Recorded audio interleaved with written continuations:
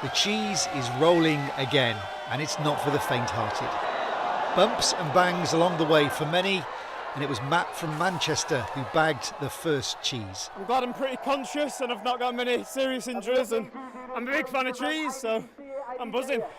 Some people did take the rolling a bit too literally, but it was Delaney from Canada who won the ladies' race with a thump. Despite getting knocked out, like most cheese rolling champions, it wasn't long before she was back on her feet. What do you remember of the race? I remember running and then I hurt my head. And then I woke up in the tent. The question is, are you going to come back next year and do it again to reclaim your title? I think I will. If I see around to it, yes. Despite the injuries? Despite the injuries, I think it's worth it.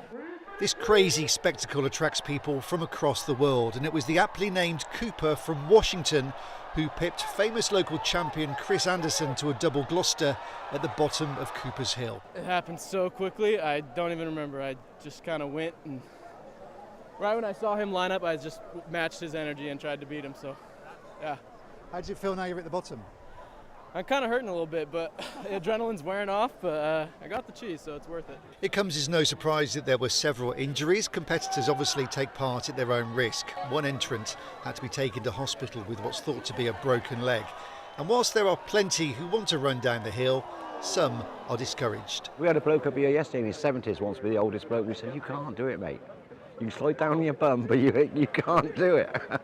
A team of volunteers help run the cheese roll. The authorities want there to be more official organisation to make it as safe as possible.